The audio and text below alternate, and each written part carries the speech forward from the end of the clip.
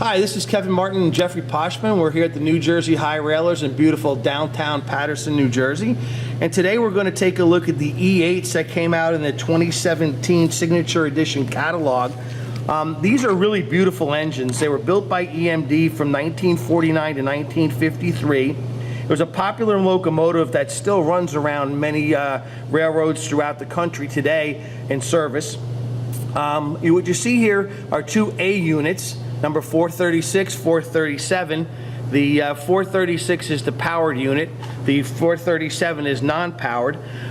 Jeffrey will go over the details and the nuts and bolts of all the insides on this engine as we move through the presentation. However, I just wanted to take a few minutes and have you take a look at the detail that Lionel put into this. You obviously have the front couple with an air hose, beautiful cowling. E8 had a beautifully rounded nose. You see the nice headlight up front, the two number boards. It's got an engineer inside. Okay, we take a look down and we go down through the back of the engine. We take a look at the detail on the trucks.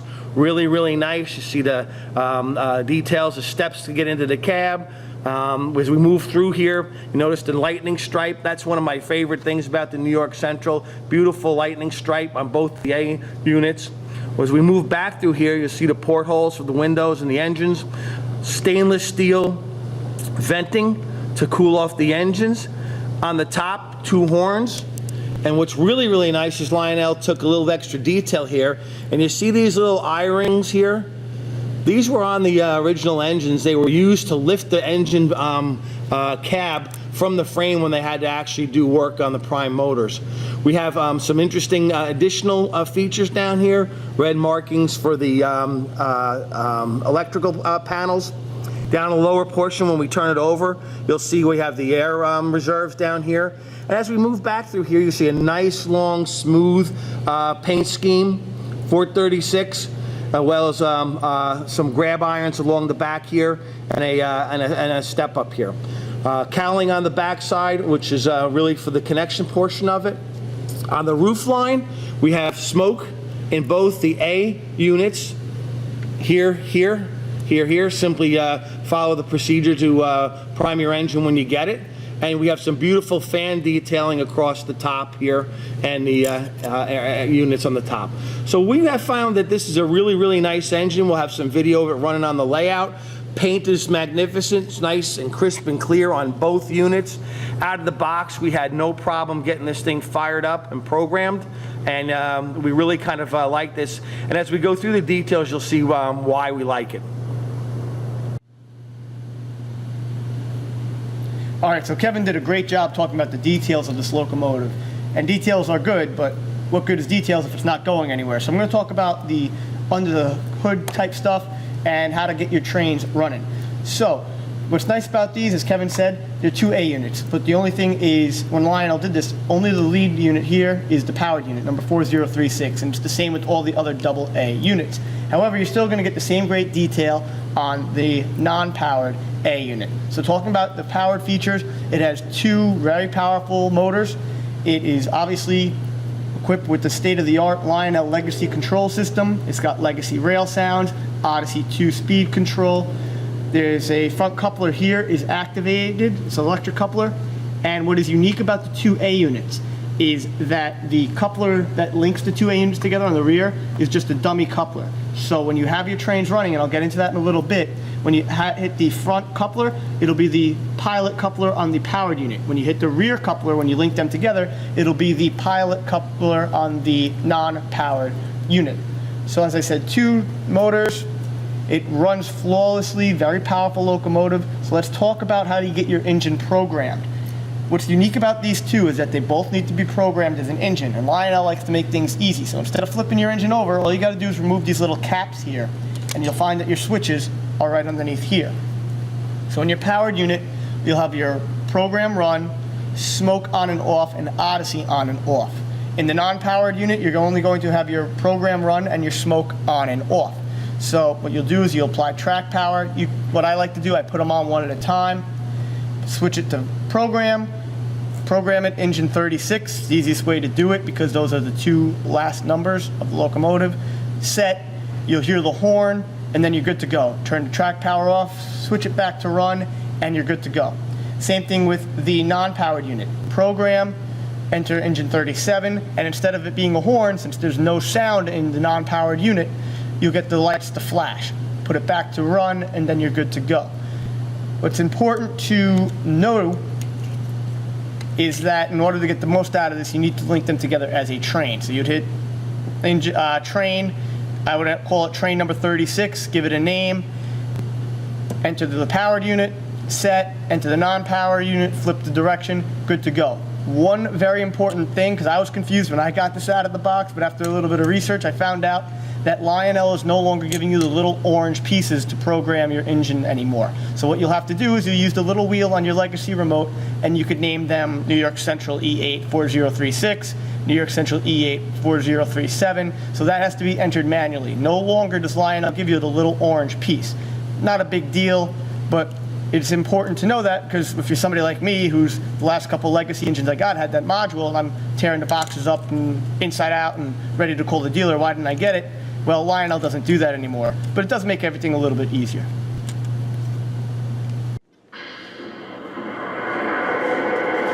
Actually, since you're in there, you can turn it right there too.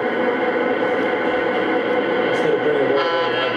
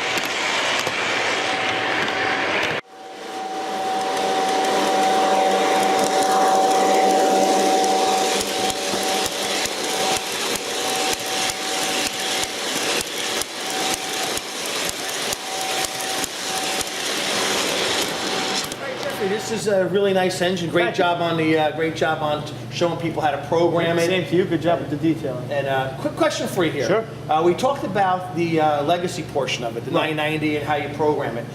Can this run with TMCC? Yeah, it can actually. It could run it off of regular TMCC and its conventional control as well. And what Lionel did is they refined the operation for conventional. So instead of you turning up the transformer and it just taking off right away, it actually will run slower speeds now under conventional. Now, do you have to program the 2 units when you do it in conventional? Conventional is just straight off the transformer, no TMCC, no legacy, so it'll just go. So this is an engine with a lot of versatility. Very. Okay, so we know that the New York Central had this engine. Why did you particularly pick the New York Central versus some of the other ones? The New York Central is always my favorite railroad, being born and raised in New York, and I always liked the East Coast railroads, but as a little kid I was always fascinated with the Niagara. So learning about the Niagara and all that stuff, then learning about the New York Central Railroad as a whole, I became a big New York Central guy. And when Lionel came out with the E8s, in the 2017 Volume 1 catalog, I saw New York Central. It was a no-brainer. Had to get it. Now, this where did this engine originate from on the East Coast? Out of the Penn Central? Out of which? You know, there's a lot of different railroad stations in New York, right? Well, so out of New York City, where did this come from? It actually didn't run out of New York City because New York City had a ban on diesel and steam locomotives. Anything with an exhaust was not allowed to run in Manhattan. So the electric locomotive would take it from Grand Central up to Croton Harmon on the New York Central Main Line, which is now the Hudson Line for the Metro North. And at Croton Harmon, the electric locomotive would get switched off and the E8s would be put on and it would continue to route to Buffalo, Chicago, Cleveland, Cincinnati, wherever it had to go. And what was the time frame on going, say, from New York to Chicago? New York to Chicago, the 20th Century Limited marketed as a 16-hour trip. Okay. So this took the place of the 20th Century Limited? Well, this took the place of the steam engines. That was why the New York Central Railroad ordered these. The Hudsons and the Niagaras, well, not the Niagaras were getting old, but the Hudsons were getting old, and everybody was going diesel. Everybody wanted a diesel locomotive. So the New York Central Railroad ordered the predecessors, the E7s, and they had great success with the E7s.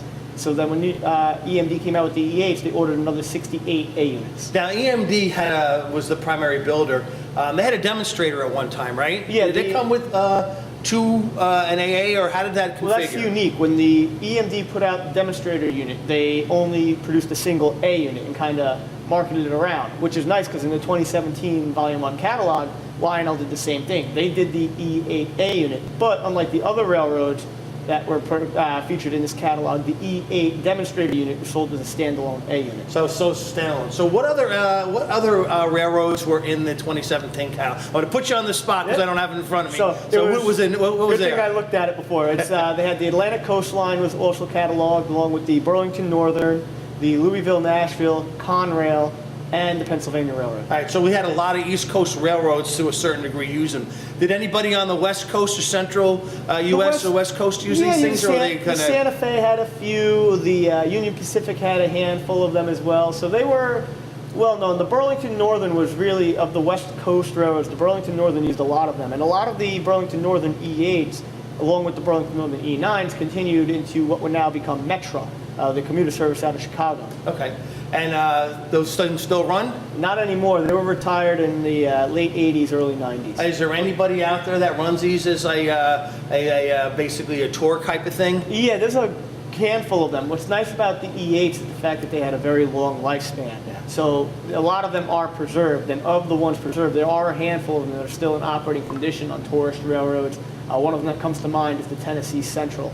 They have an operating E8A unit as well. Run all year long, or yep, specialized? They still run it on their tourist trips. Okay, very cool. Very cool. This is actually a very nice engine. The video that we have for the running around the HiRailers will give everybody a real good idea.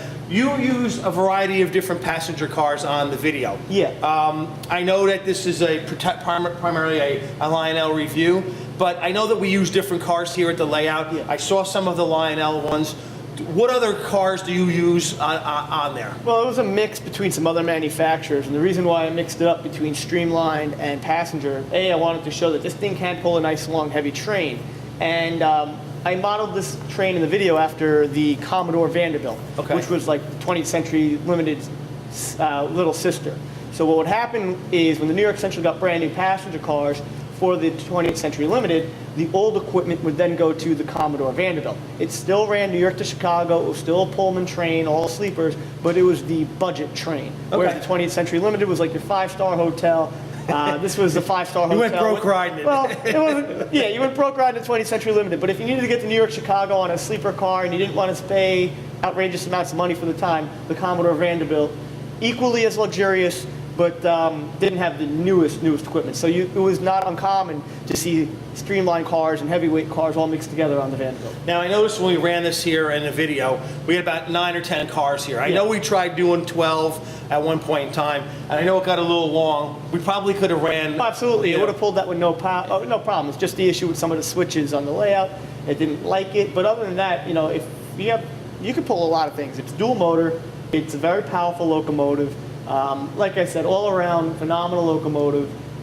Highly recommend getting it. It's a great looking locomotive, great sounds, just everything about this locomotive. Lionel did a phenomenal job. I think you're the only guy at the club who has one right now. Yeah, that's another good thing, because everybody in the club has like at least 3 other things that everybody else has. So it's nice that I can say, I'm the first one to have this here. Yeah, we're going to run this at the next show. Absolutely. Either on the in the January show, since we just got it here. Kind of Christmas holidays coming up. Not too many things going on. It gets a little crazy around here, so we'll have a more detailed version of this thing, right after the holidays. But it's a great video review, highly recommended. Yep. Thanks for letting us take a look at it. No problem. And thank you very much. We'd like to thank Lionel. Yep. What is the model number on this, Jeffrey? Do you recall?